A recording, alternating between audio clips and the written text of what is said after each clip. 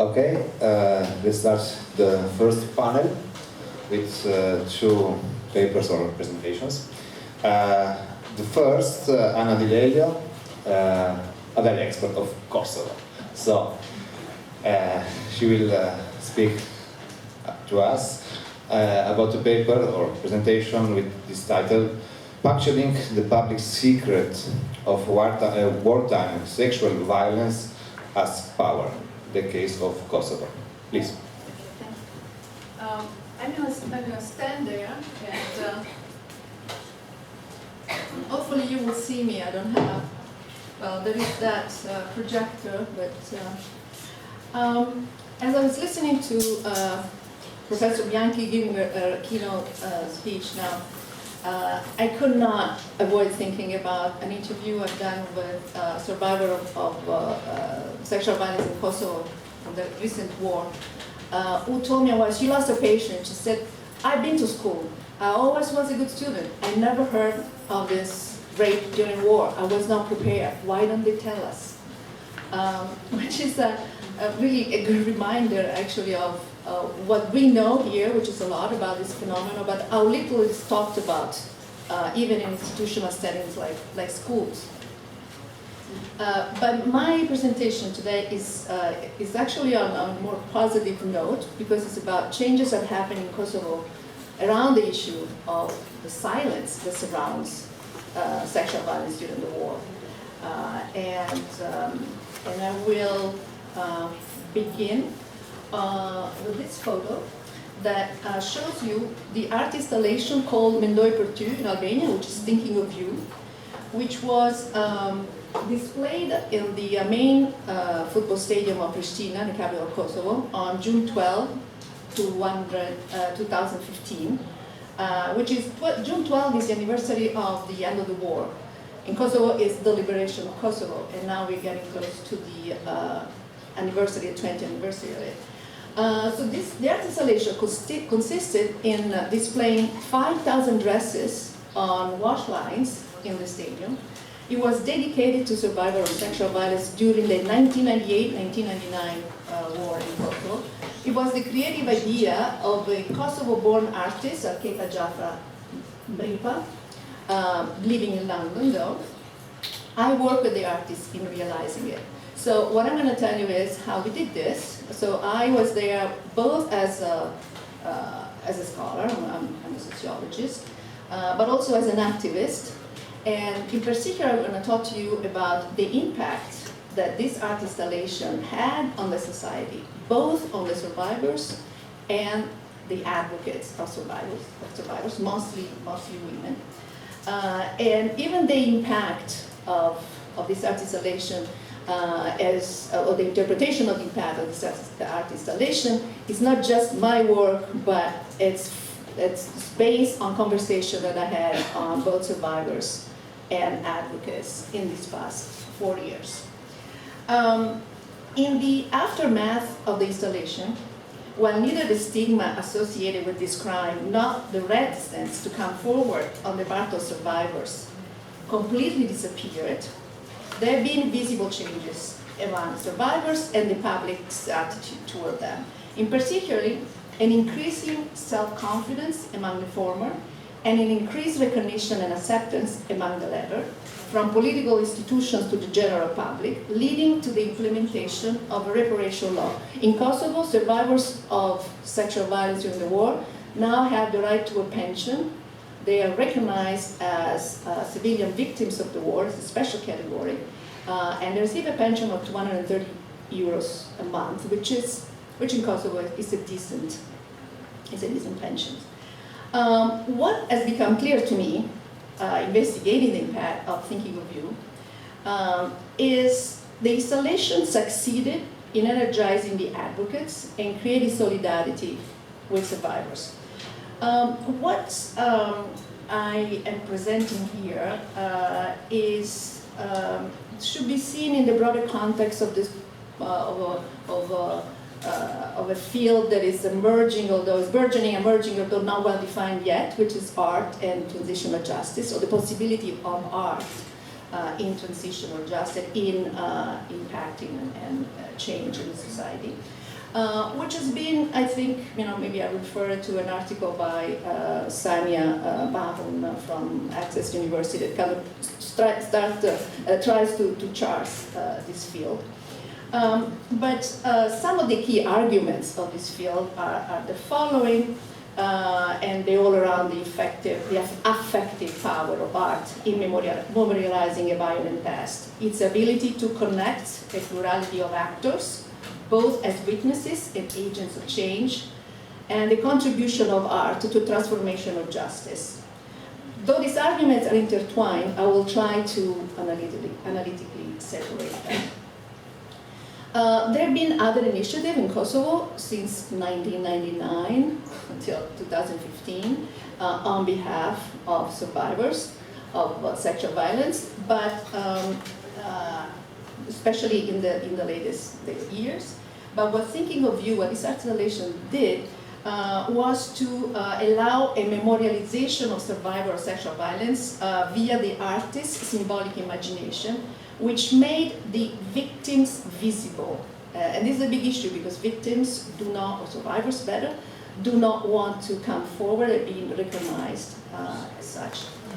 So what happened? First, this installation was prepared, was realized through a 1 month long media campaign that accompanied its production and that acknowledged the elephant in the room, to use the expression that Bjørn Zeruba, was very interesting sociological book, uses, by making the issue of sexual violence during the conflict part of the public discourse, because it wasn't there. And this effectively punctured the public secrecy that enveloped wartime rape, weakening the power game inherent to it, and began to shift the balance in favor of survivors.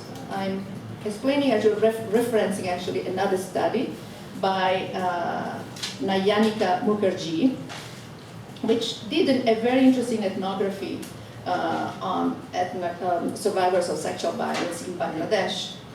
And her conclusion have an explanatory power for Kosovo as well, and I believe they can be generalized.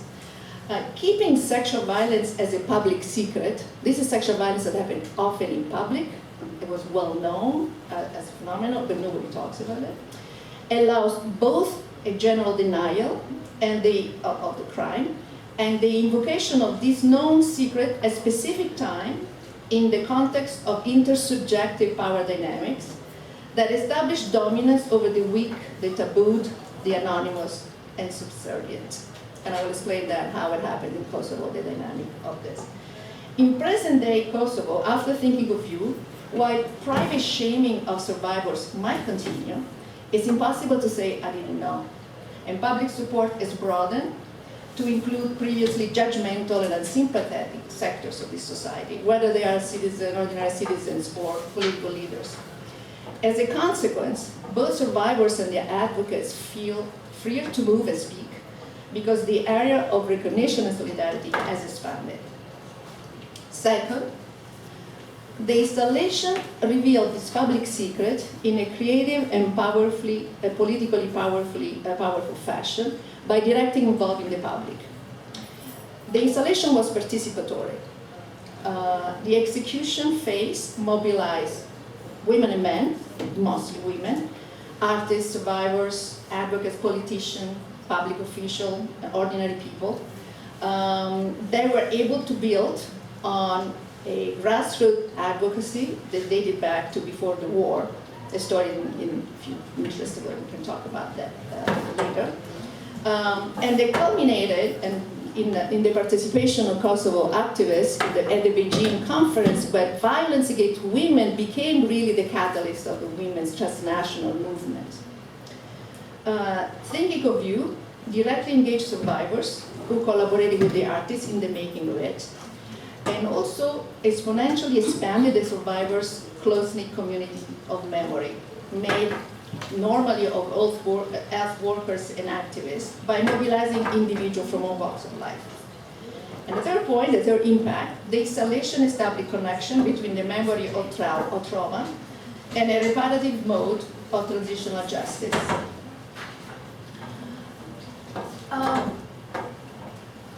What I said that this was going to be a positive presentation, what we did with this installation was to propose a quote, reparative reading of the past.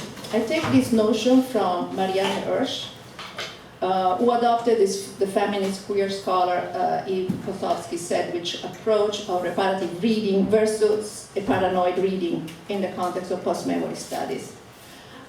Here we avoided a paranoid reading of the past, which would have been focused on exposing the guilt of the perpetrators. Perpetrators are there, we know that they exist, but the installation did not dwell on the denunciation of sexual violence perpetrators. Rather, it sought to repair broken bonds within the society in which the perpetrators, the survivors live. Within a society that has silenced and shunned the survivors, and we propose an alternative way of thinking about them. As the artist said in an interview to The Guardian, she thought about survivors like the dresses that are hanging as clean laundry on wash lines. They carry no stain, they've been washed. They are clean.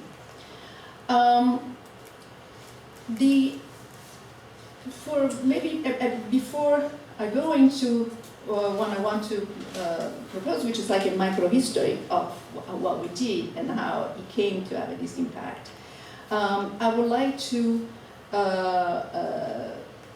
make a mention of the phenomenon of sexual violence in Kosovo during the 1998-1999 war.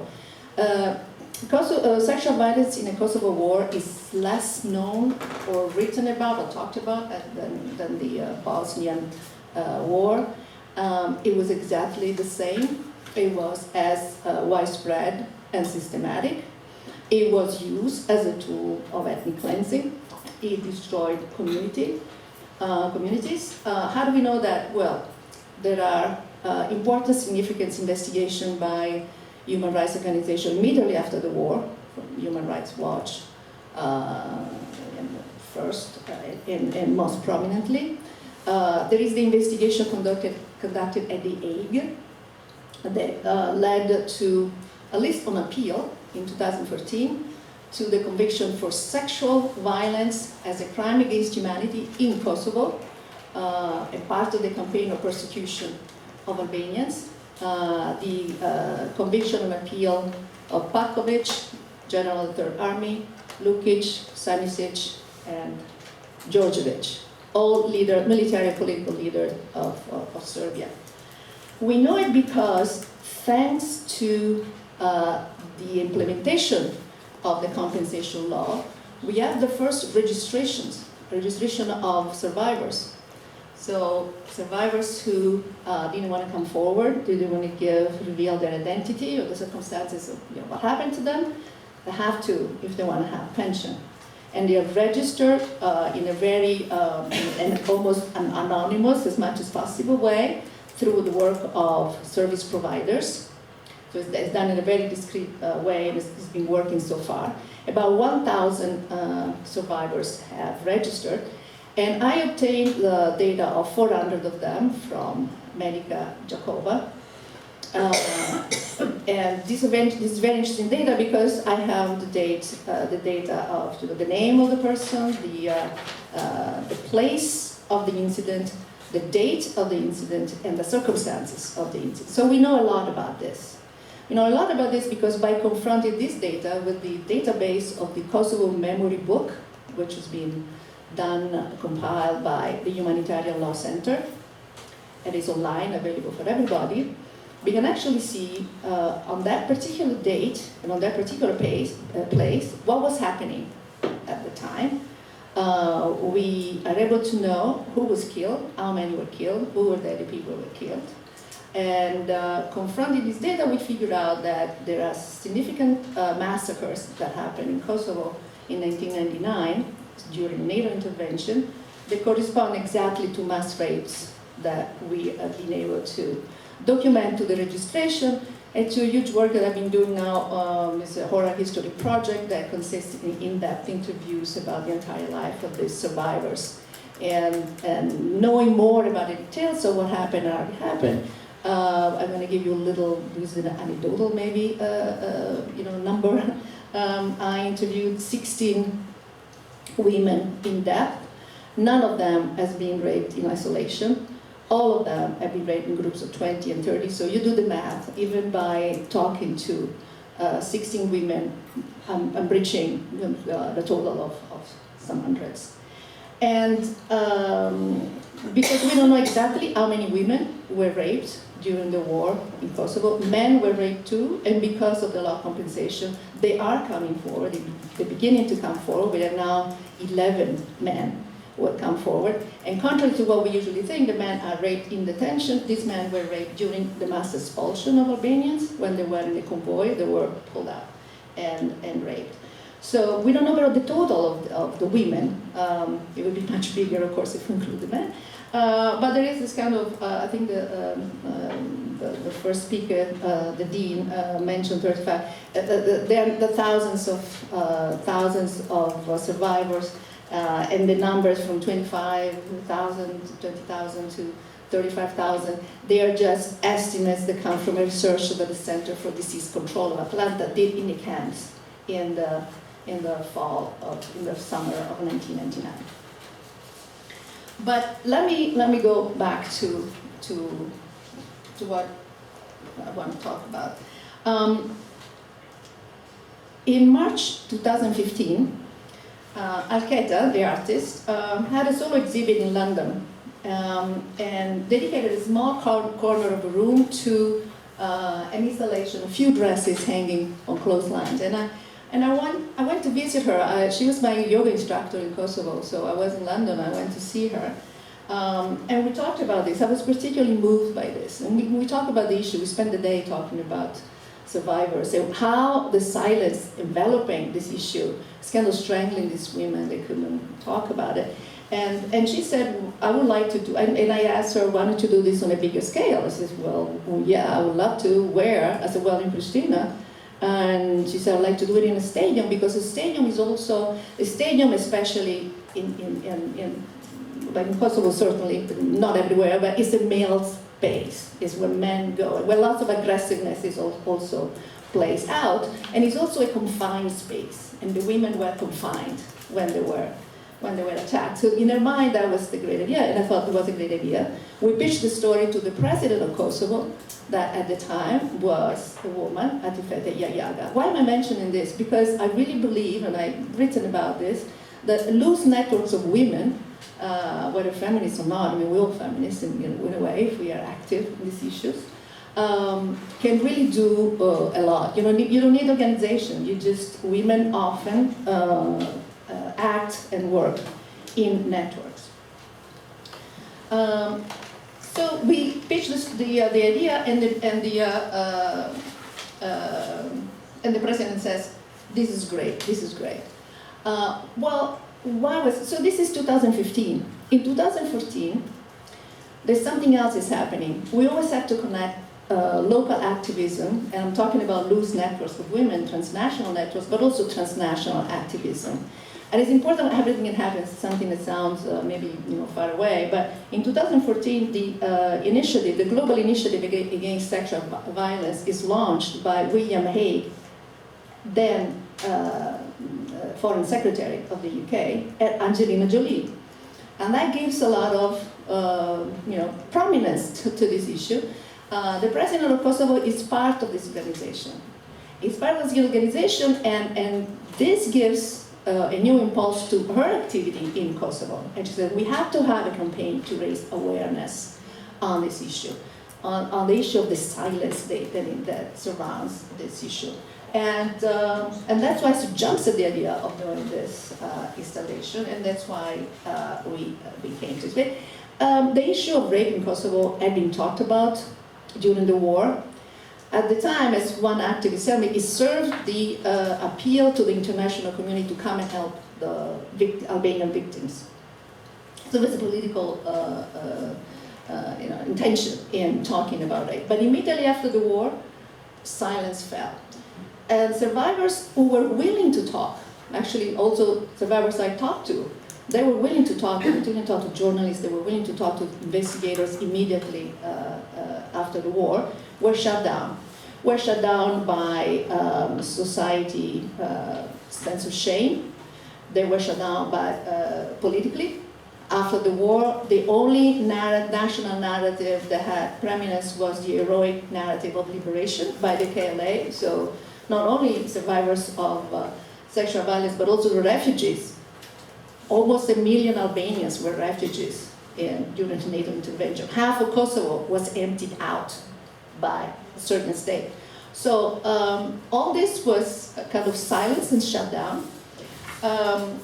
We don't have the same, in Kosovo there is not the same phenomenon as in Bosnia of children of rape. Not as many, because the time frame was much shorter. Women had the chance to get an abortion, but there were some children. And when the news came out, the newspaper called them children of shame, and that re-traumatized the women who had been already traumatized enough.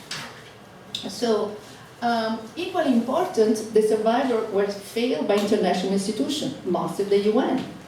UNMIK, with the United Nations mission in Kosovo, that took over the governments of Kosovo, received 37 cases of sexual violence documented by activists. They did nothing about this. It's easy to say that 20 years later there is no evidence, but there was evidence collected at the time, delivered at the time.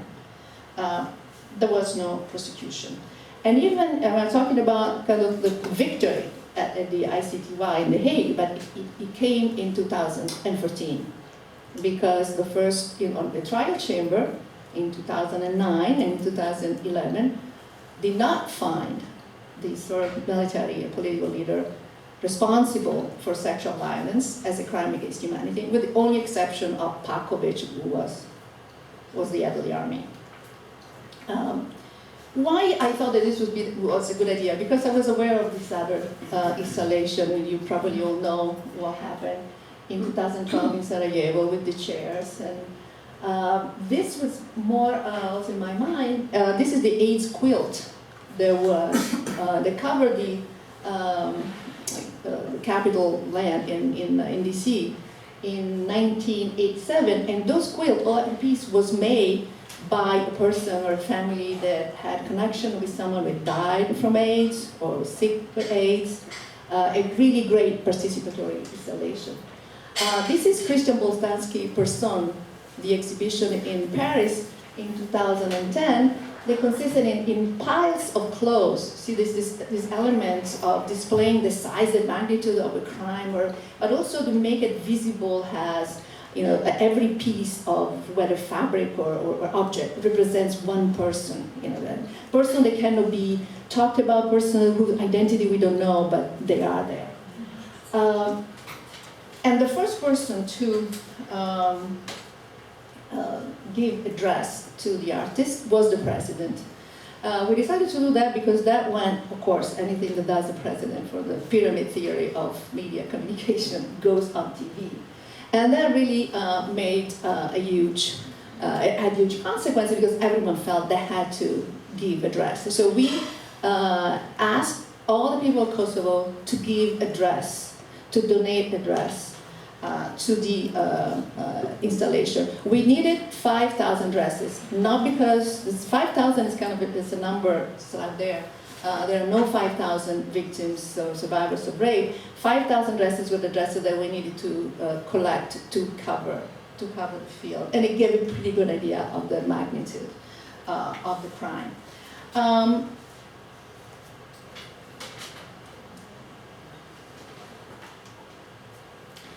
What really, as people started giving dresses, also some figure we probably didn't volunteer, we ambushed them. This is Rifat Yashari. He's the patriarch of a family. There was family of fighters, so KLA fighters, who was massacred in March 1998. And when that massacre happened, the war started in Kosovo. On that day, also, Louis Arbor extended the power, the jurisdiction of the ICTY over Kosovo. On that day in New York, the Albanian diaspora raised $500,000, and people decided to go fight. So it's March 1998. He's considered the founding father, like his family, of the new independent Kosovo. And when he said, this is a great thing that you're doing, because any of the people I know could have been raped, my daughters could have been raped, the women in my family, that made a huge difference. We posted on Facebook, it went viral. But more than that, and this is why I think I can talk about the impact of this, because I was there at every stage, and I also could see tangible changes. Survivors who were in a room in a women's center with their head down, working on their stuff, when they heard the news that this had happened, lifted their head up. This is something else also that I heard from a survivor, and said, well, everyone is proud after the war here. People who fought, they are proud because they fought. People who lost someone who fought are proud because they are families of martyrs. Only we, the women who were raped, cannot be proud. We have to be ashamed. Why? So the shame that's connected to this crime kind of lifted when someone like him, who has such a standing in the society, recognized what happened to these women.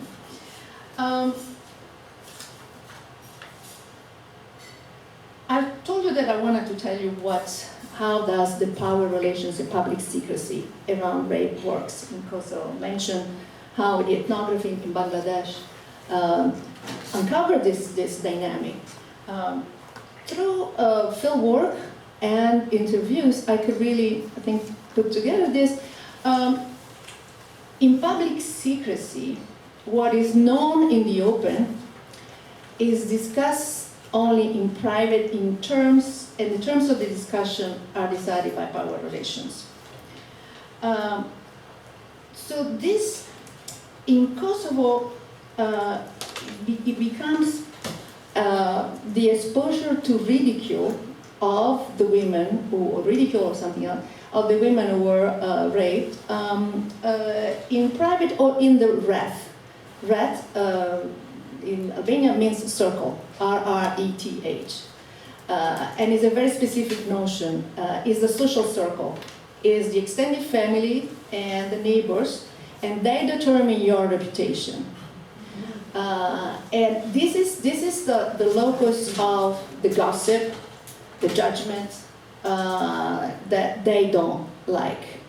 A woman told me, I'm fine with talking to people about what happened, but what I cannot stand is when I am in my family or in my rep, if I say something, if I get angry, if I disagree with someone, they dismiss me. They say, well, leave her alone, she's traumatized. So there isn't like, the judgment works at different levels. It's also, it can be a judgment that diminishes people who are already marginal. All the people I interview have had arranged marriages. They haven't been able to make decisions. Or as an old woman said, it was very interesting, she said, when I was young, they told me to shut up because I was too young, I didn't know anything. Then when I was older, they told me I should shut up because I had to listen to my husband. And now that I'm old, that I could talk, they tell me to shut up because I'm too old. And she never had the opportunity to speak. So silence among women works at different levels and happens for different reasons. But they're already marginal. They're already in the power structure of the family and the society. They're already marginal. Being survivor of rape marginalizes even more. What they cannot stand is the gossip of the cousins and the sister-in-laws. These people believe, in most part, Kosovo is still a rural society, although cities are now experiencing a great change. But most of the people who were raped are in the countryside, and they still live in families, group families of 20, 30 people. And there's a constant interaction with the daughter-in-laws and the cousins and the friends who talk about you. And the way the stigma works, if we follow the seminal work by Goffman, is not only that people are stigmatized, but the people who are stigmatized anticipate stigmatization. So most of these women are silent, they're completely silent. They don't leave the house because they're afraid that if they go out, someone might ask them something, even something about the war in general, and they have to say what they don't want to say. And they think that everyone knows what happened to them, even if they don't. So the anticipation of stigma and the anticipation of embarrassment keeps them silent.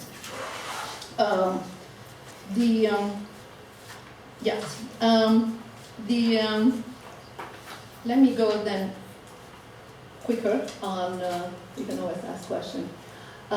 So what we did, we went to every city of Kosovo and had held rallies or meetings, collected dresses, and what happens was that people here, this woman, this one, whispered to the artist, I am one of them. So there was no public display of, well, I've been raped, there was no public confession, but there was a semi-public confession, and nobody heard what they said to her, but for them it was a way of talking about it. And men participated, and in actually quite large number. They brought their mother's dresses, they brought their sister dresses. It was quite kind of moving. This is a place, these are all survivors, and they, this is one of the areas where the war was bloodiest. What we found when we installed the dresses in the stadium was two skirts on which a message had been written. This is anonymously. I have a hidden experience. This skirt has been hiding a story since the spring of 1998. It was extremely moving. It was like a message in a bottle that was sent. But also this gives you an idea of how people did come to hang that thing there. So there was a way of not only, there was a way of testifying, it's still kept there. So it was different from, this is an exhibition by Patricia Kroning in Venice, the Biennale of Venice in the same year. It's called Shrines for Girls.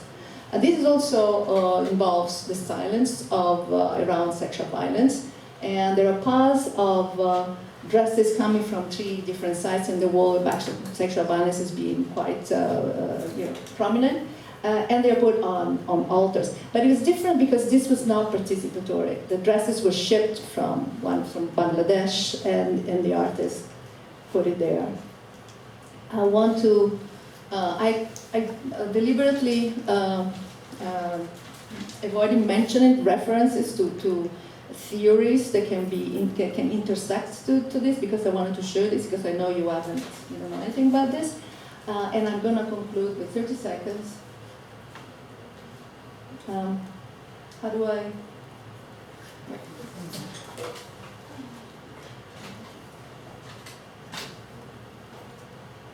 With a short film. No? Sorry, can we, this is a short film. I'm sorry. How do I? It's usually, here. Maybe you have it. Done. Yeah. Okay, okay. Okay.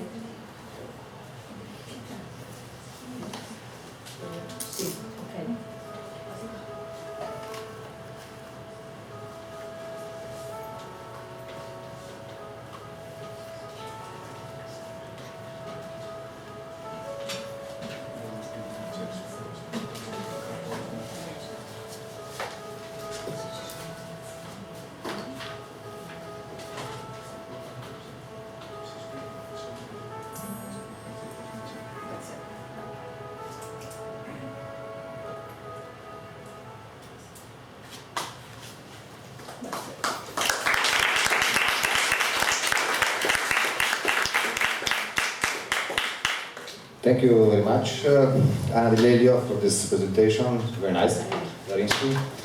So the second one here, Nena Močnik, may I say, researcher in the Turku Institute for Advanced Studies, University of Turku in Finland. Please Your title, Shaping of Motherhood in the Aftermath of War Rapes, please. Thank you very much. I will try to talk freely, and I don't know, do you hear me? Is it? Okay, I do. We can turn off. This is also. Yeah, I think it's okay, we can leave it. First of all, thank you very much for inviting me. I'm super happy to be here, and especially to share a panel with you, Anna, because we've been friends for quite some time now on Facebook, and I've been following your work, and I'm really fascinated with this. We recorded so. Okay, well, Sorry. like this. Yeah. And I think it's really great to have a panel, actually, a shared panel with Kosovo and Bosnia, because even if this is a region, I think this conflict shares, quite a lot of things. It has quite a lot of things in common, but I think it's also so different.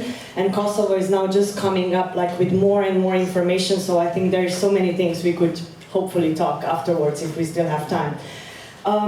So I'm going now to talk a little bit more about Bosnia. What is also interesting is that Bosnia happened a bit earlier, but I think it became a really important in the, I would say, in the global stage of everything what's happening in the in terms of war rapes and conflict-related sexual violence. So it's been a really important case, and there's actually a lot of people who are actually, unfortunately, learning from this case. However, why Bosnia is interesting for me is because now we can observe in this really long span, so it's been 25 years, and we can actually really see how rapes impact society, not only survivors, but their families, recovery, transitional justice in this 25 years long period, which is, I think, a really interesting indicator that the war is not over when the peace agreement is signed, because there's so many things happening. And I would say that in Bosnian case,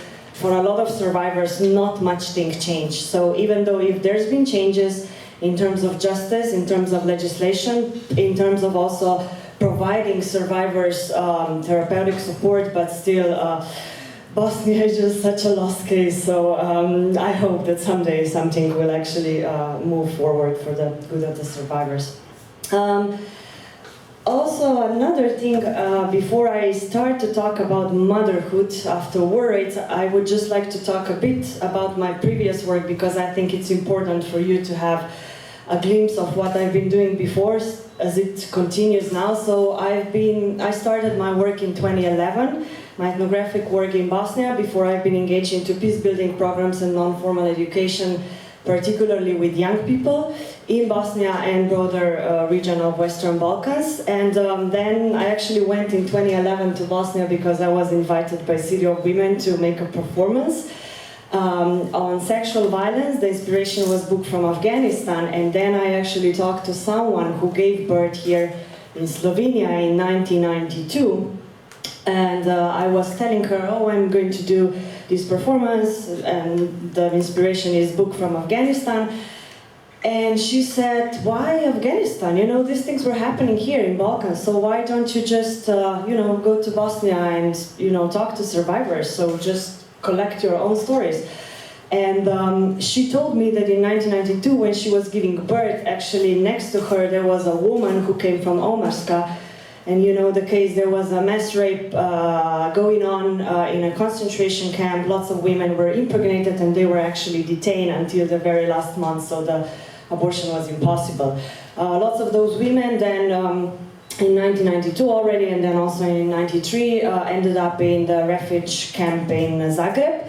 And then they were transported, quite many of them, to Slovenia, and they gave birth here. So this is, I think, also the connection how Slovenia has a shared story with sexual violence and rapes in Bosnia as well.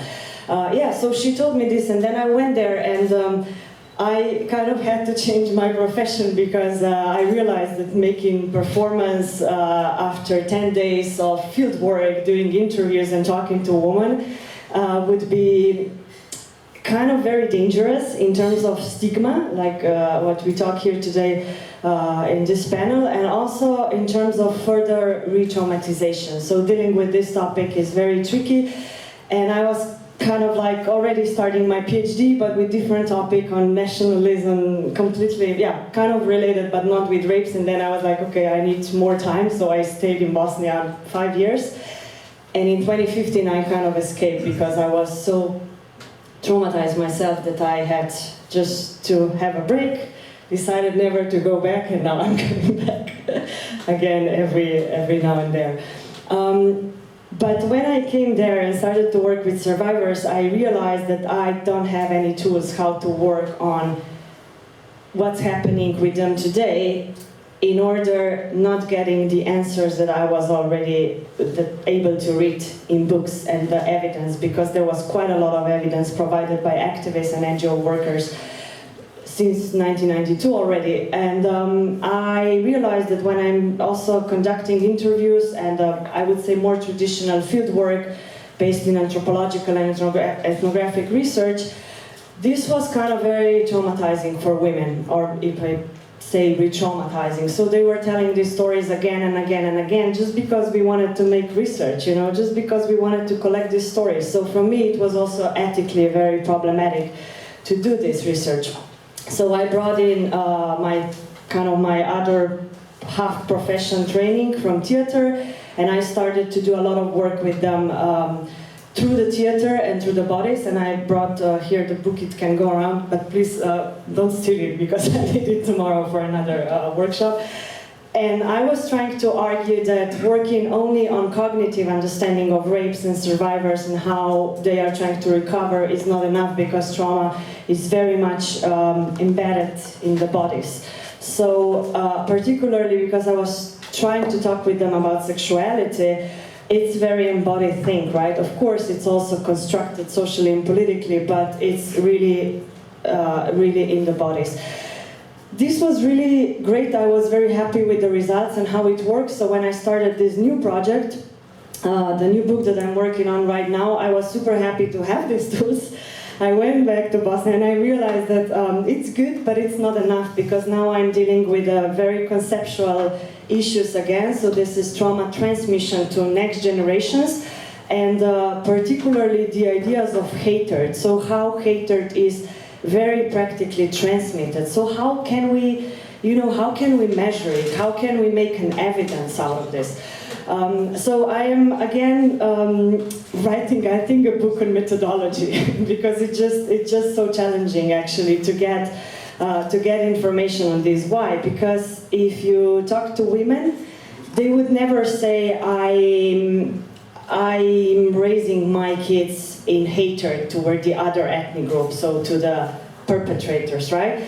They would always claim they are very peaceful, and I think we have a lot of scholarship that has been dealing on women in peace building and how women are important in reconstruction and peace building, which is great. And I think at one point this was important, because before this, women were mostly given the roles of victims, right? So they were just victims and passive, and giving them the agency of how they can contribute to peace building was very important in this, in terms of understanding gender roles in conflict and post-conflict.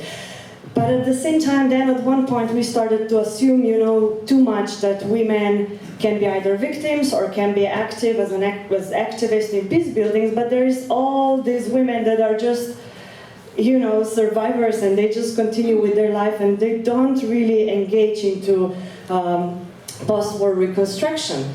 But at the same time, they are so important when it comes to peace building, because when we get kids, for instance, on our peace building programs, they are like 15, 16 years old.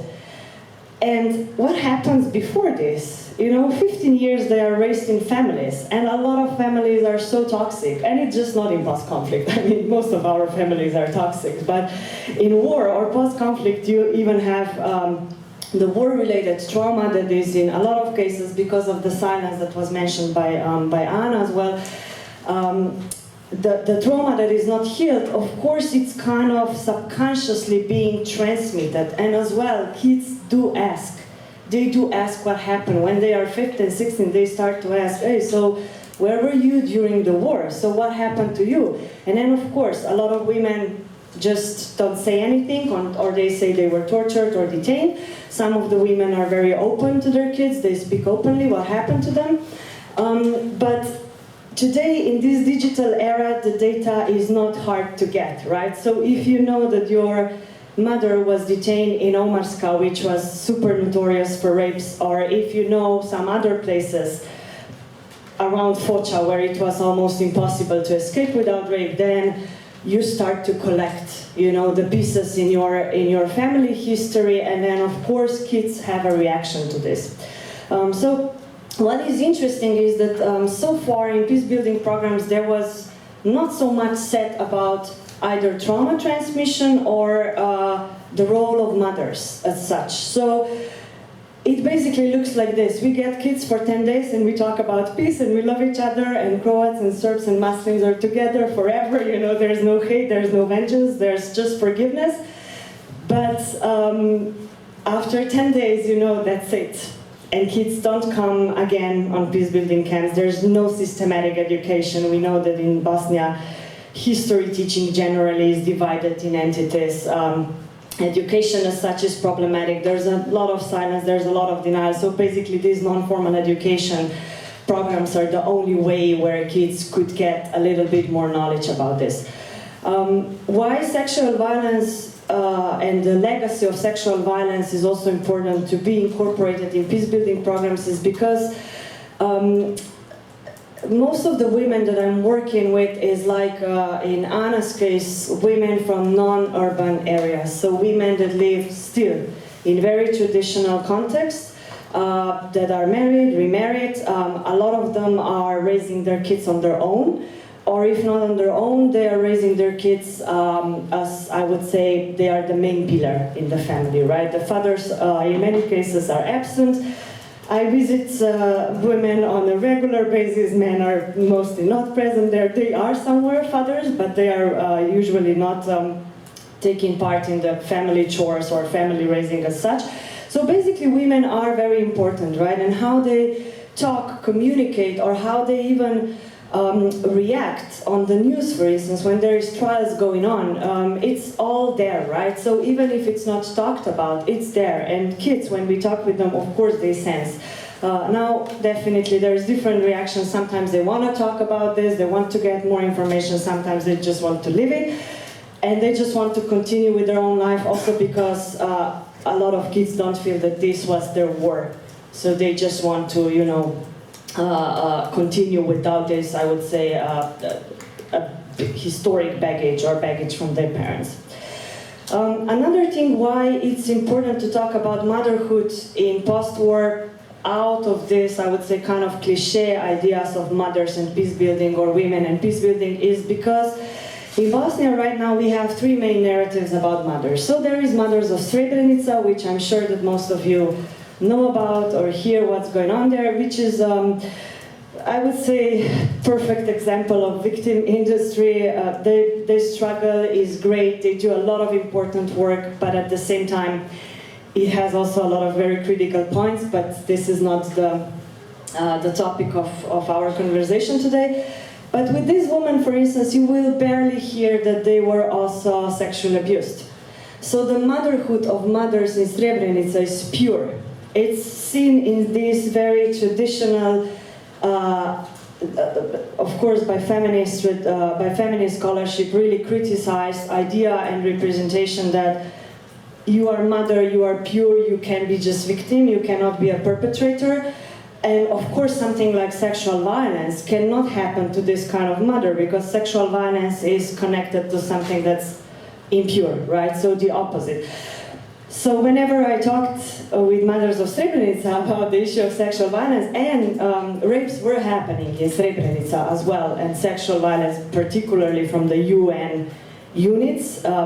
Just a footnote here, most of the kids that are now identified as being children of war are actually UN kids. So we have 15 kids registered, 3 of them were born from Serb or Croat soldiers, and the rest are UN children.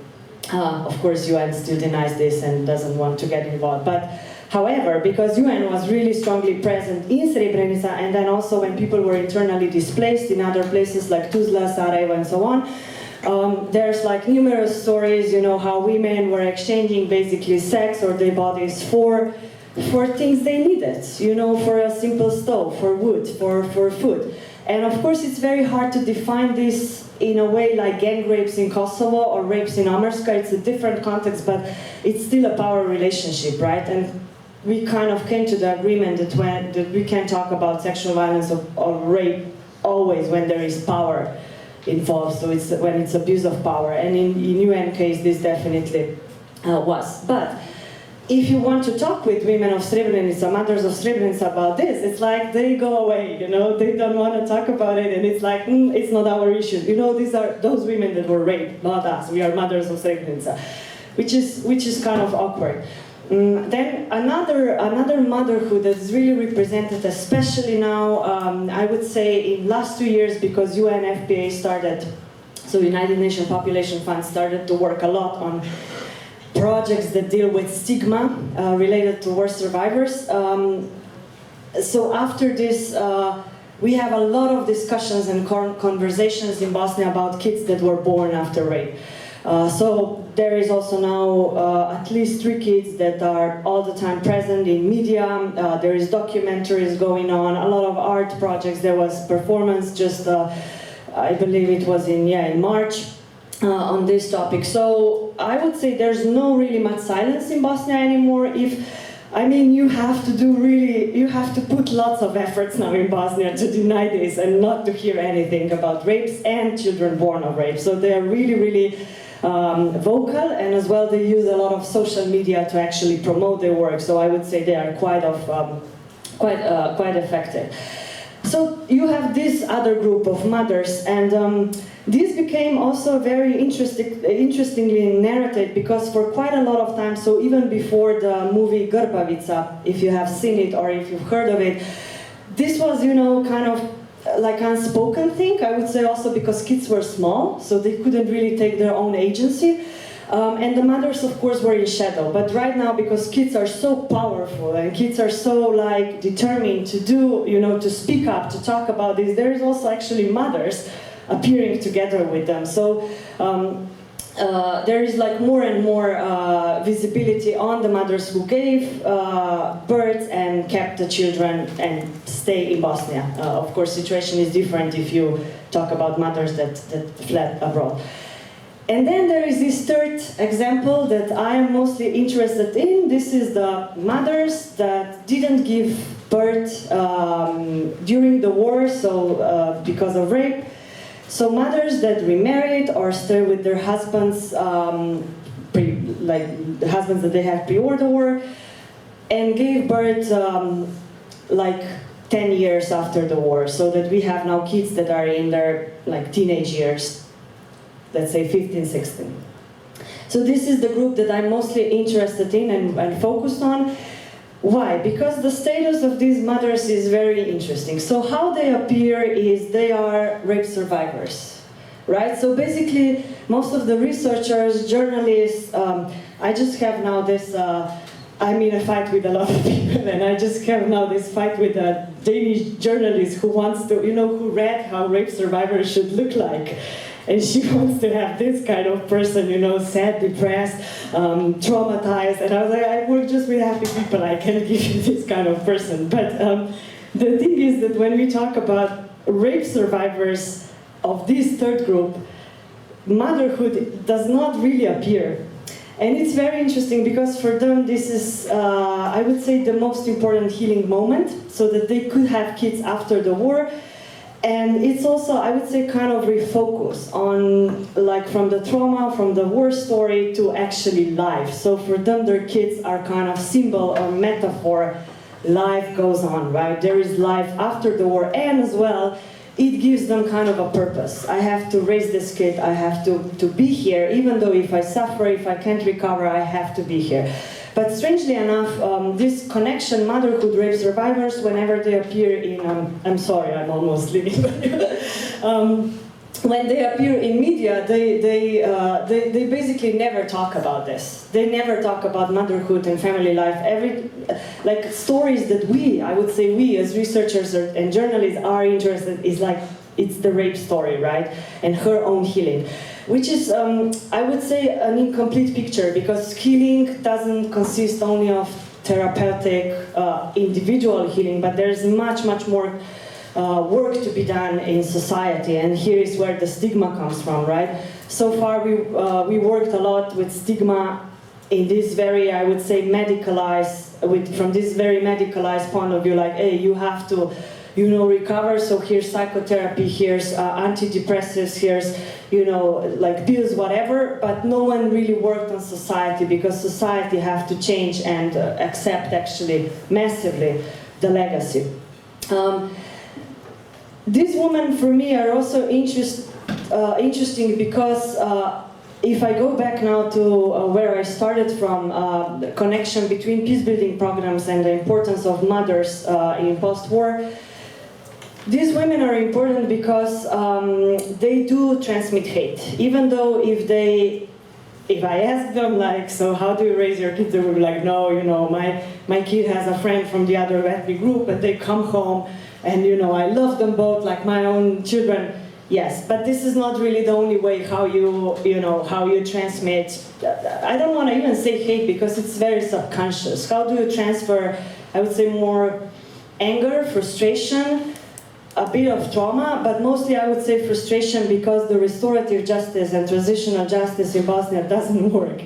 And, you know, even if you want to heal, even if you want to move, until people are prosecuted, you can't.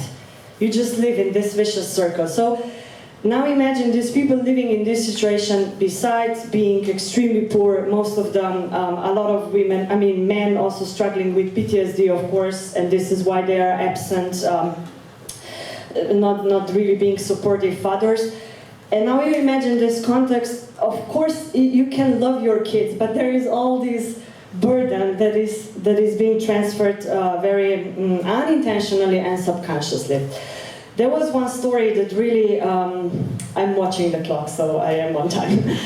There was one story, but I really want to share this story with you, because I think it's really an illustrative case of how women themselves are not unaware that these things are being transmitted, and also how just asking them or interviewing them if they think that they transmit something destructive is not enough. I had, in 2015, when I was just leaving Bosnia for the first time, I went to say goodbye to two women, and we met in one house, and they started to talk about their kids. One of the women have two daughters, and the other one has two boys.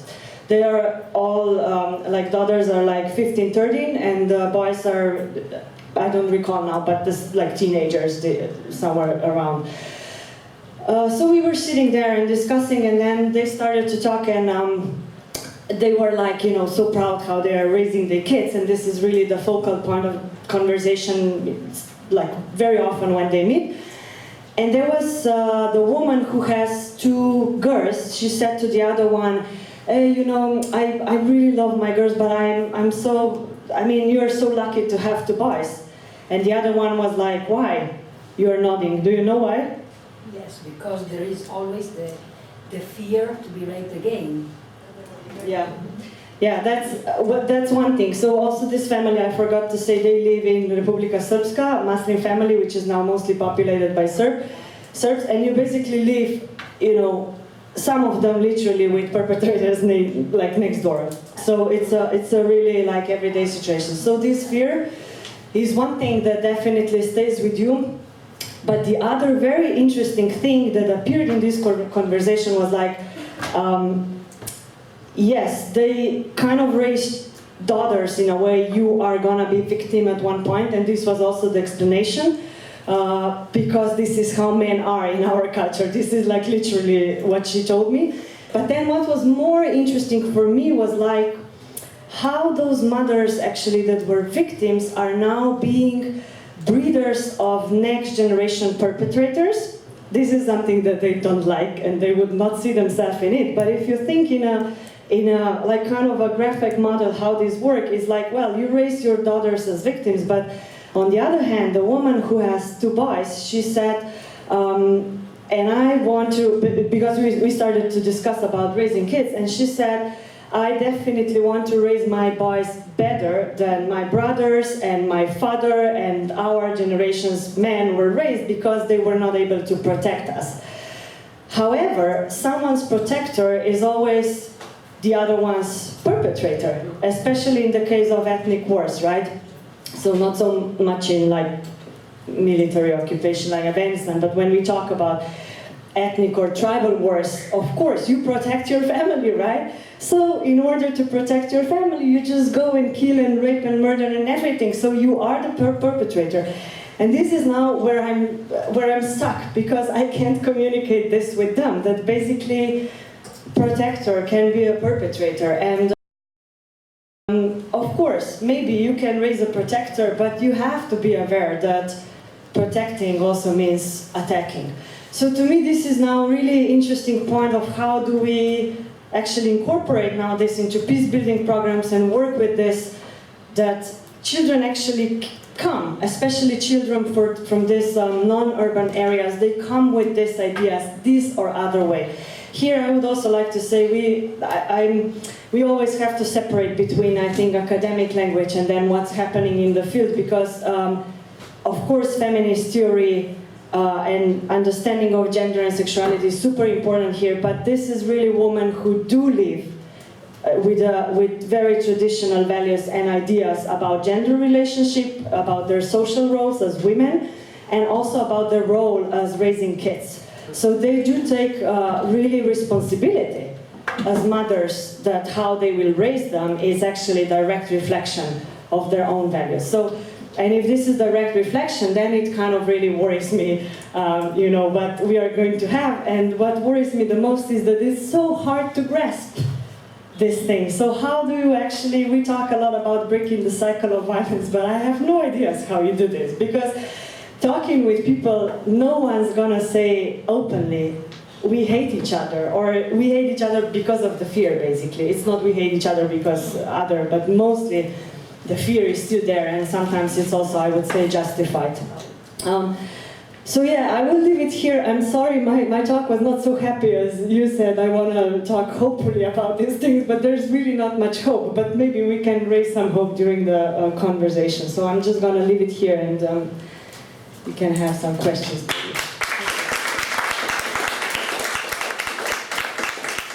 Thank you very much, Nena. So I think we have time for questions. The discussion, please.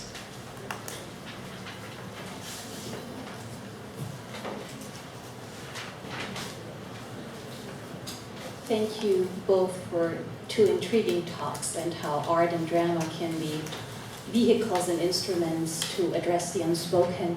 I have a specific question for Anna, if I may.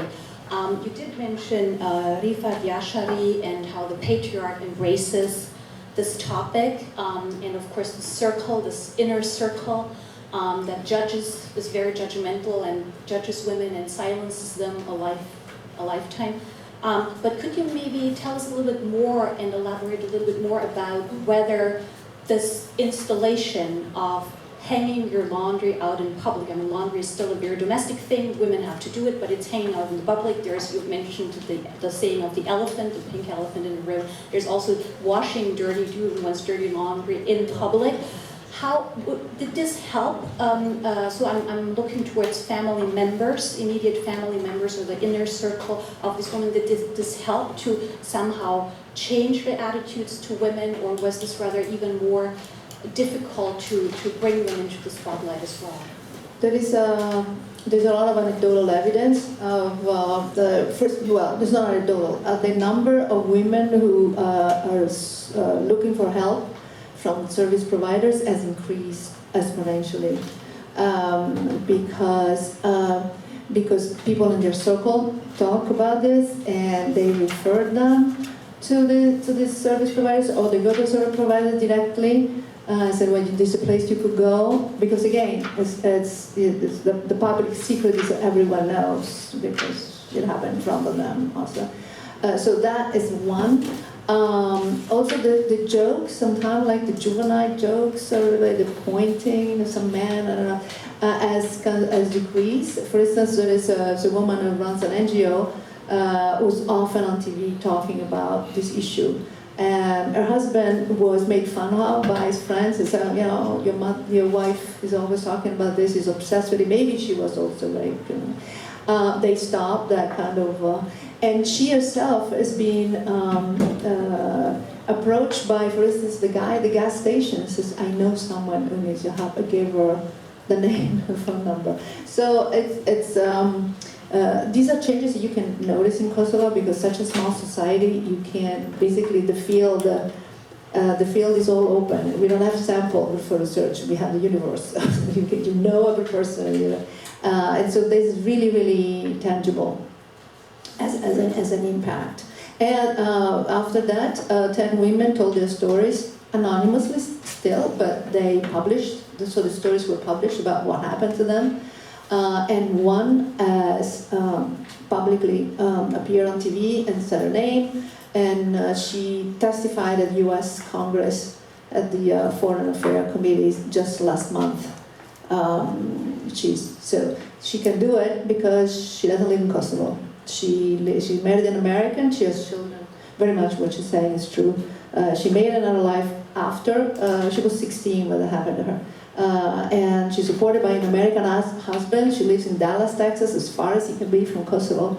And being away, it really helps. Like one of the witnesses at The Hague was a protected witness, and her identity was revealed in Kosovo. And she chose to move. She lives in another kind of third country. And when I interviewed her, and she doesn't even talk about Kosovo, she says, that place, I'm not going to go back to that place. But she continued to testify in all different other witnesses dropped out. She continued to testify. She was happy to do it because she was not in the circle.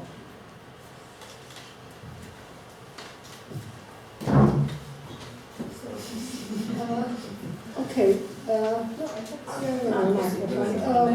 One question for Anna about the long durée of the rape practice in Kosovo, because we have 3-4 periods in them. The sexual violence in Kosovo was very strong, very diffuse, and so on. During the Balkan War or wars, during the Second World War, and then, I don't know, we have a very strong propaganda also about the 80s, and then in the 90s. And my question is about this continuity or discontinuity in this long durée history. This is one. And before you mentioned also the sexual violence against the men. Also in this case we could find one trajectory between these different periods. This is one question, and the second is about the continuity and discontinuity in this political, ethnic use and military use of sexual violence. Yes, okay. Again, talking from interviews, there was a woman, she's on the balcony with her mother-in-law and looking at the first bombing, looking at bombing and NATO bombing at the beginning in March. And the mother-in-law says, war started, you don't know what's going to happen. She said, well, what's going to happen? We're going to be free.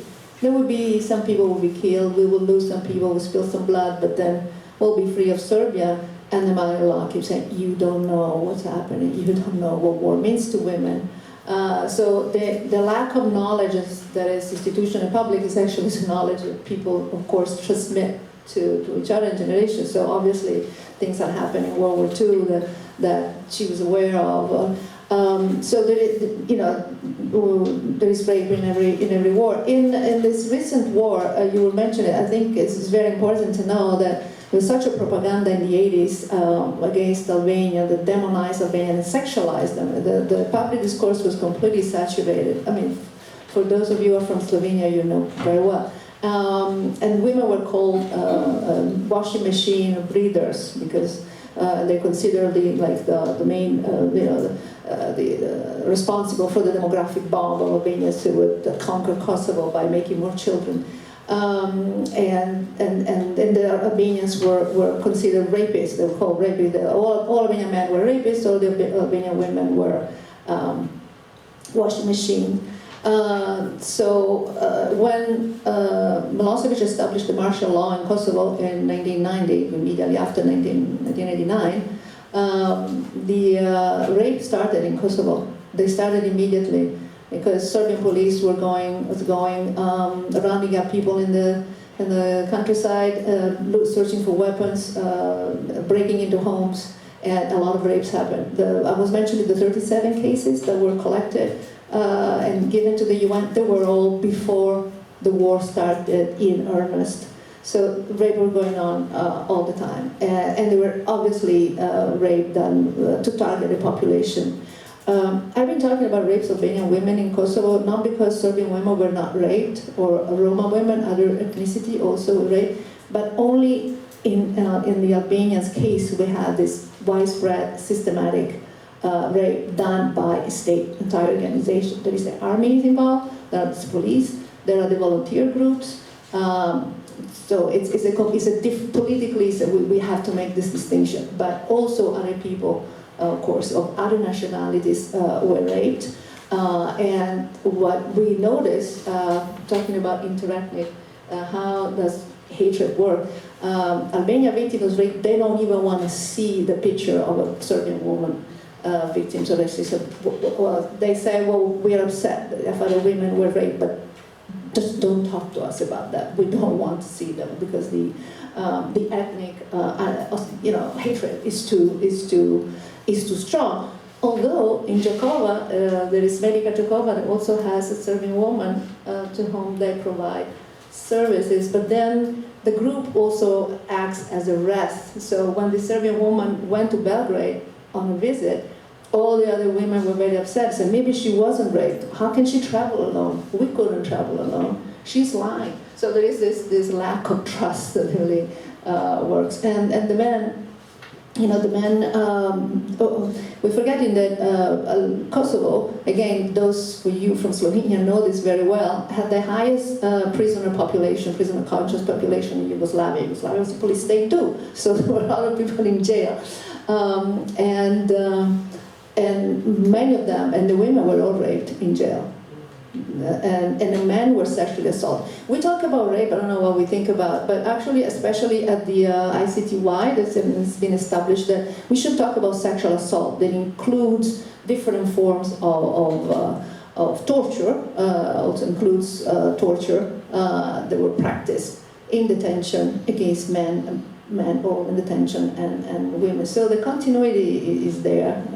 I don't think Kosovo is particularly different from other places, but it's really a huge number. Okay, I saw 3 hands. I don't know who was the first. Okay, I have a question to Nena. Thank you very much for your presentation. It was really amazing. What about perpetrators and their communities? So do they have a narrative about that women?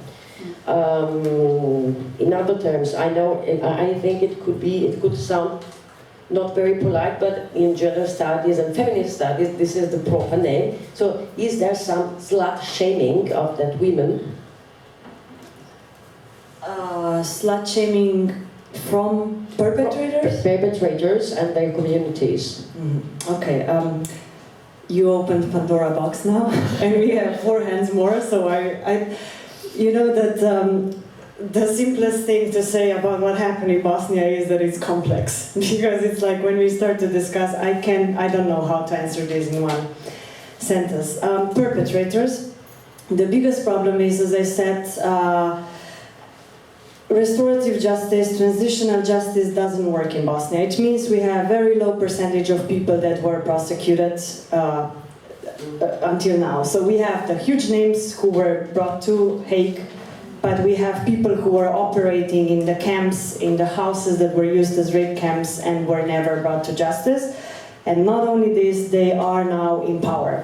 So they are in local police, they are in local governments, very openly. It's a very heroic act. I think Serbia has more of this narrative, but it's in Bosnia too. What's the most striking is that women live with perpetrators, basically. So husbands were mobilized in war. Now, some men killed here and there. Some men were guards. Some men were rapists. How do you get information what they did during the war? I tried this through women. Their men have never done this. But someone had to do this, right? And this is when you mentioned this combination between different ethnic groups. This comes up, I think, specifically there, because they would always see you as a wife, as a daughter, as someone related to a man that was my perpetrator. So this is this complexity. And then the next level, slut calling, shaming. I don't think there is of course there is stigma. There is stigma going on that comes mostly from family members, which are mostly men. But I think it's also very individual. You know, I wouldn't like to say that there is this general idea, oh, there is, gender divided society and there is this bad man, shouting out, oh, you women slut. I mean, this is why I'm saying it's complex, and I think we need to insist on this complexity, because otherwise also all men became perpetrator and responsible for acts that they didn't do, and we forget that they were allies as well. There is shaming definitely and stigmatization, even though I was just sharing with Anna another fight that I'm having right now with UNFPA is they released the research that there's no stigmatization against rape women in Bosnia and Herzegovina, because how they obtained data was they were literally picking up people in the phone book and calling them, but they're really proud because, they included all entities, so they are not, siding. But they called people, and now imagine this situation, and how reliable is this research? You have a number, you call a person, it's like now one, and I'm calling you and I'm like, hey, we're doing this research about stigma of rape survivors, do you think they are to be called sluts or they are to be shamed or whatsoever? What do you expect? Yeah, a person will say, yeah, of course, Jeez, and they have 2 minutes per call, but now they have 1,400 people, respondents in this research and all these nice graphs and everything. So this is also very problematic, because then you talk to women one by one and they experience this every day. For instance, of course husbands are responsible for shaming them in a lot of cases, they would report this, but I think even the hardest thing is medical stuff. You go to gynecologist or to the pharmacy because you need pills, and for a lot of women they know what happened to them, because the war was really waged in a local level, so it's neighbors, brothers, family members, and this is the worst. So you go there, you want to have your pills, and then you hear all these things, and these are bad things. So if the slut is metaphor for everything, how people are called, yes, these things are definitely happening. Especially those who are, and why is this, and I just wrote actually about this, why stigma is so persistent, not because that people would be so much disgusted, but because it's so related to the justice system. If you push people to keep silent, you cannot be judged. So you are safe, you're protected. When people start to talk, when people start to appear publicly, in news, in medias, where all these international journalists are coming in, there will be investigation going on, and there will be, because women also know names and last names. They just don't say them because it's dangerous, because it's your neighbors, you know. So, and this is why it's very complex. Can I add something? Because I think we should, it's just a way of, we have to redefine the sexual violence. There's something that happened in Kosovo, I think is very telling. We organized a meeting a private meeting with journalists of survivors, so the journalists could hear certain stories and have a completely off the record conversation. The idea was to train journalists to treat this with a little bit more discretion and delicacy. And after that, the editor of the newspaper and a television personality wrote a big editorial saying how much he changed, the meeting changed them, because he realized not only pretty women, so this was a woman, the women that he met were like middle-aged, overweight, whatever. He had this idea that this is what also a very popular idea, that only pretty women are raped.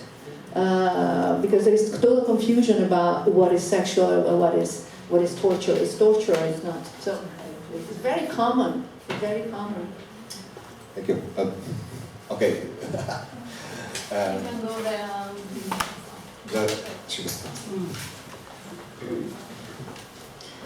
Thank you very much for this perfect presentation that you delivered to us. I'm Arnora Abdulaj, coming from Kosovo, a student of international relations here in Slovenia. Well, I have a question for Anna, if I may. Are you from Italy? No. Where are you from? From Kosovo. Where? Klina. Klina. Yeah.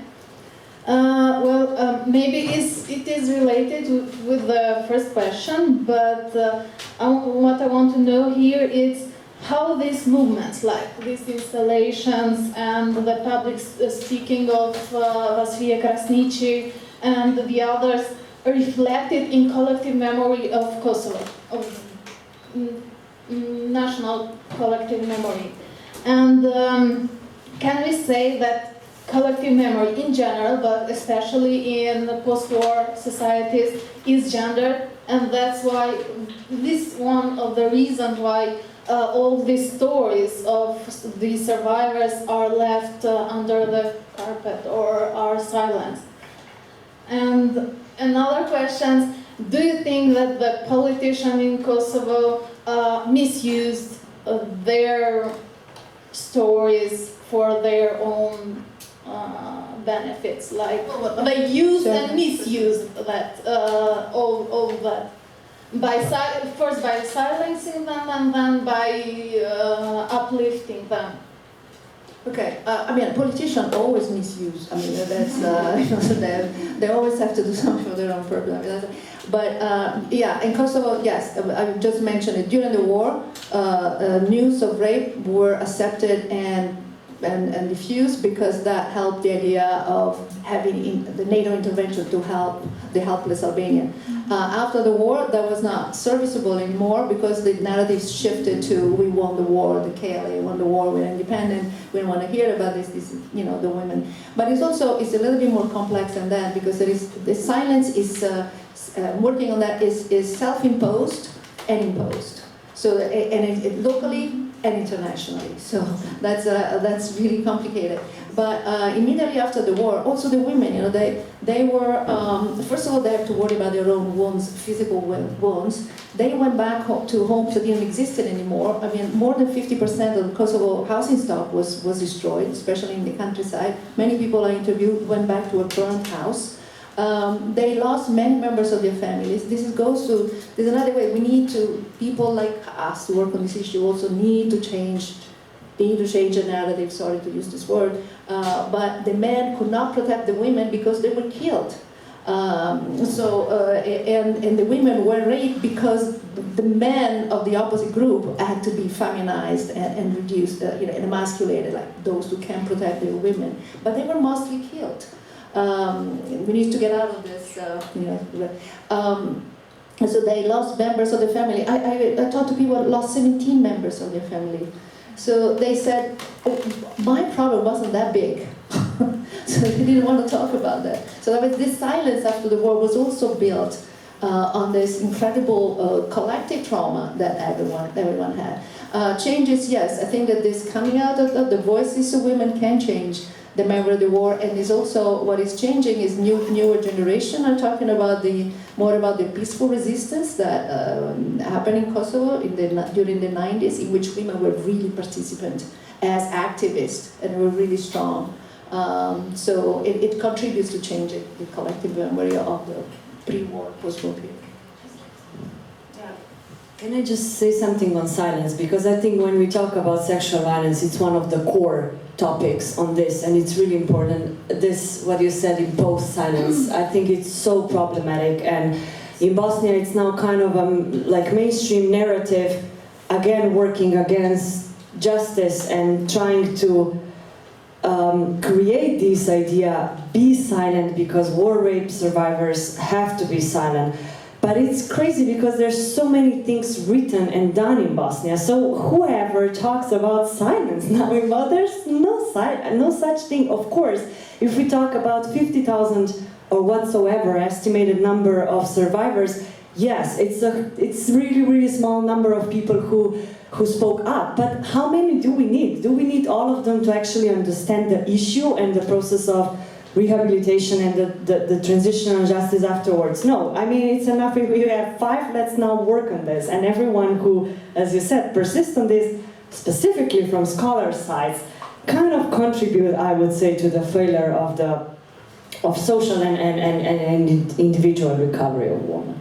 So yeah, it's... Yes, thanks to both of you for really stimulating talks. I have just 2 questions, brief, but connecting to the long durée of the history. And one is for you, Anna, as is connected to the role of art in the symbolizing also is a symbolic gesture, collecting dresses. When I saw the images, immediately I was going back. I'm going back to the Shoah genocide and to the representation, for instance, in Auschwitz or also in others, that dresses are persons, are people. And maybe giving dress, people who are giving the dress to the artist, it also can be seen as a way to give the artist the remembrance of what is happening. Maintaining the silence. Because here maybe I wanted to ask you something about the bystanders. Because we have the victims, we have the perpetrators, but what about bystanders? Are they always silent? Question mark. Second, but this maybe is for both of you, the question of class. Were these people, both of you, in your speeches, you talk about the fact that most of these women lived in countryside. How now is the relationship between these women, I think not so educated women, with women educated, also living in Bosnia or in Kosovo? And then, about the education now, the education system. How about, and you explained us with the last anecdote, you talked about the two women, one with children, girls and boys. How about the stereotypes? Because rape, if we go back in the past, rape is how to spoil a nation, how to spoil the honor of a nation. And I think that also listening to what you were talking, we are always there. And last really is how about the role of the women of the enemy? Because not always women are peace tools or so, but could be also very, very from the other side, from the perpetrator side.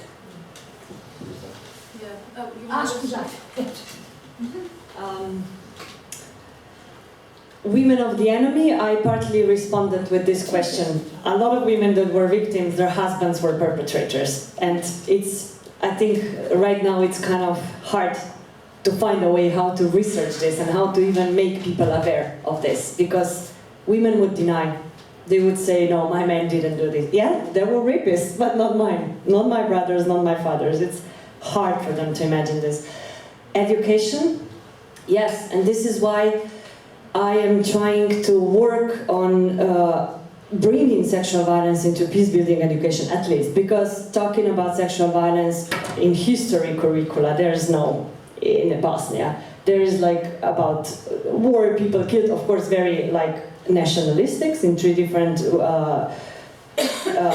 books, but nothing about sexual violence. But when we talk about peace and reconciliation, and when we talk about identities, this is also identity, right? You have to have all these intersectionality, not only ethnic, religious, but gender as well, particularly because of these roles, because you play your gender role both in peace and conflict. So this is why it's also kind of unimaginable why we didn't have the issues of sexuality and gender more in peace education before.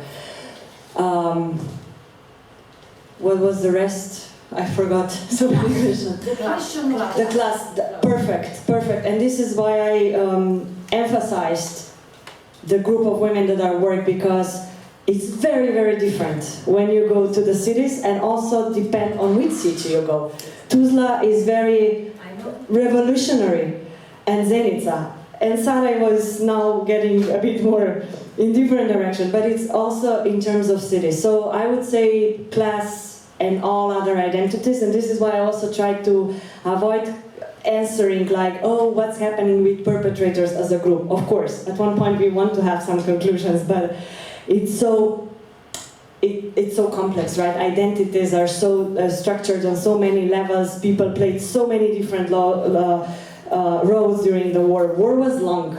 Also, you were placed from one space to another. You could be perpetrator and victim in one war, in 1 year, in 2 months. So it's actually very hard to build something, you know, to have tangible results. What my boss says, and I'm always like, there's no tangible. You can have tangible results. Given the history of this part of the world, when I hear a long durée, I hope it's a short durée from now on, because we don't want this to be repeated. Yes, you're totally right. The giving the dress was very powerful. Marianne Hirsch, who writes about past memory, she wrote a really beautiful essay, and beautiful because she loved thinking of you, in French. It's on Esprit. It's called Ce qui touche à la mémoire. And she basically said that people transfer the trauma from their closet individually to the public sphere. So that worked, and they all actually gave a meaning to their gestures. So from survivors, a woman gave the dress that she wore when she got married, and her husband left her after the rape. So she said, "I'm going to give you my dress." Someone else gave a dress of an engagement. She said, "I kept it for 20 years." Someone gave a special dress. I realized that even I felt ashamed because I was giving an old skirt that I had and I wasn't wearing anymore. And then I thought about that. I actually realized that I was giving a skirt that my mother-in-law had given me, because I thought I could tell her that I gave something that she gave me because she was old and sick. So, I mean, everyone had, it was a special meaning. About we're talking about silence, and you were talking about the spoiler war. It just came to mind that silence is a classically actually analyzed about rape and war. I mean, the Metamorphosis of Ovidio, this Filomena, who is actually the rapist, cut her tongue, so she cannot tell what happened to her, and she tells the story by embroidering the story. The end of that, particular Metamorphosis, is really awful, but I think we should think about that too. Maybe instead of reconciliation, it should be a little bit of revenge through justice. Well, she then serves the rapist his children for dinner as a revenge, which was free. So, but the beautiful book by Pat Barker just came out last year, The Silence of the Girls, was all about the silent voice of Briseis, who has been then become the spoil war of Achilles and then given to Agamemnon, and it's a beautiful, beautiful stories all about how these women were being taken from Troy as trophies, and they don't talk anymore. They only talk about themselves. It's just that you find this over and over again. And the last thing, the class. The class is very interesting. I could interview only one woman who was from the city, who was educated, had a job, professional, because in the city it's much easier to hide. Women were raped at the police station or in their home alone, or they were taken to police station or to an hotel and raped in separate rooms. But in the villages, they were also raped in groups. They were in Kosovo. You don't call it rape camps, but they were held in houses for 2 weeks. One woman with other 20 women. So, or in schools with other groups of women. So it's much more difficult to deny. But for women in the city, it was, and they just in a way, were able to hide it. The education. This is what I found. I cannot talk about what they teach their boys, but what I found is the women who are the survivors are incredibly. They completely change their outlook on what needs to be done in the family, and they told us almost invariably, our daughters are not going to be in an arranged marriage. Like somehow they realized, and well, we realized, very difficult to write a book in which you see that these women were miserable from the beginning. So, but if you are in an arranged marriage and you know who your husband is, as a woman says, I know who he was when I was in the room and this man walked in and locks the door and said, it must be him. And she says, and I did not like him, I did not like him, I did not like him at all. And she had to go through it. So there's sex without consent that's been going on throughout their lives from many of them, and they say our daughters are not going to go through the same, and they're going to go to school, and even if they're poor, that their own goal is to make their daughters' lives different. I don't know what they say about boys, but it's interesting how they become such. So again, these are most of the women I interviewed have just gone through middle school or elementary school in Kosovo during the 90s. There was middle school. I think the last question. Sorry. I hope I won't stir up the debate overly, but there is one question. I would really like to thank both of you for this inspiring and also emotionally very much turbulent presentations. As we all know, these recent Balkan wars actually were going on behalf of national idea, nationalism, and also memorial practices actually are very much nationalized. And I wonder if you came across during your field work with accounts on women who were supposed to be women of aggressors, Serbian women, or actually maybe Croatian women. This is one question, and the other is if you came across, while collecting stories, with similar rape narratives from earlier periods, because we know that a lot of ethnic violence was going on also during the Second World War. This is maybe just shortly. I know it's a broad topic, but if you came across, or if you know why, I don't know, I haven't heard anything about Serbian women being raped or not. I mean, but I imagine there were those rapes. There is this woman saying Jakovos. Yeah, there is the woman, and also contrary to and Roma women. And there is this common knowledge that the Roma women were raped by Albanians in reprisal after the war because Roma had collaborated with Serbs, or they'd been made to collaborate.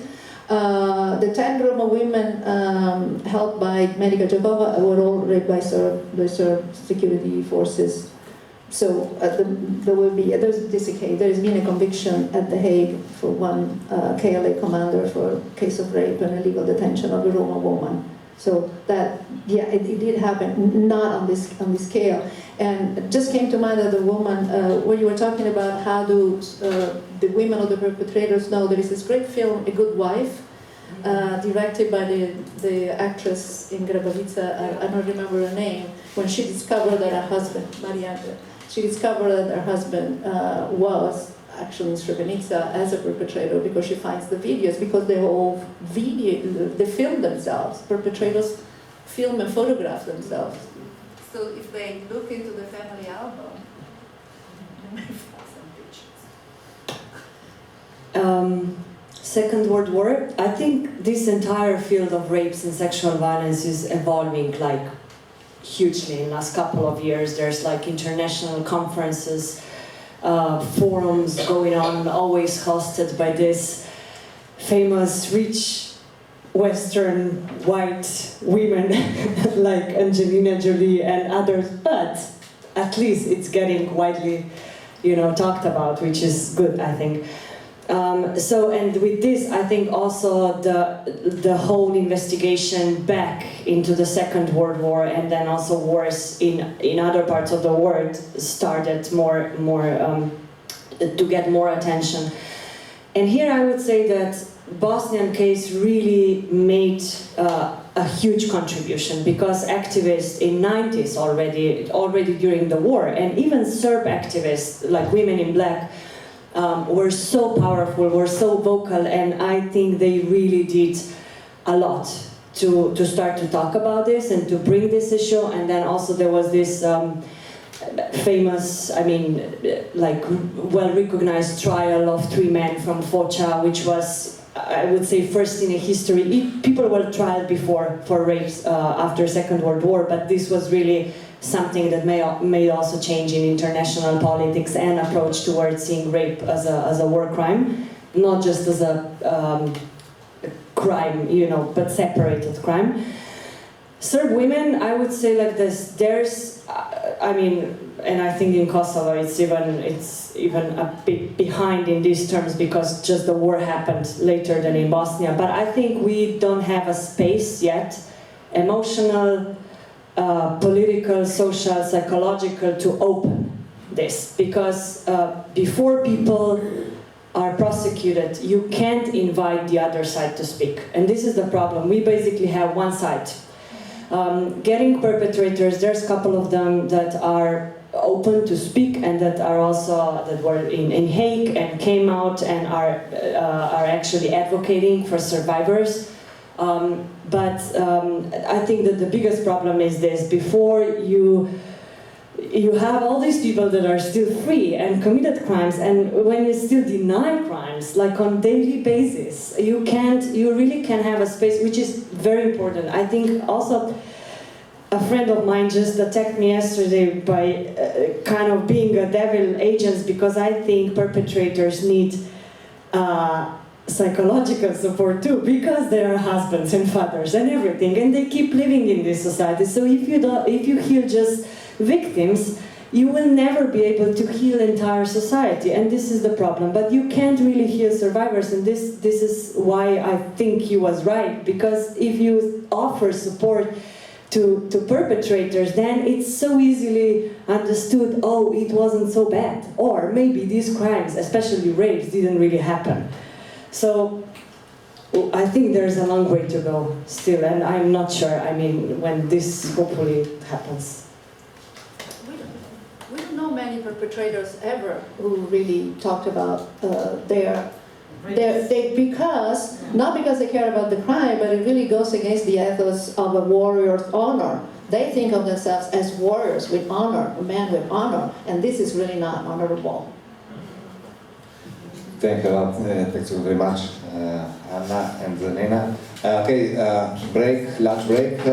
We will see at 2:15, more or less. Thank you so much.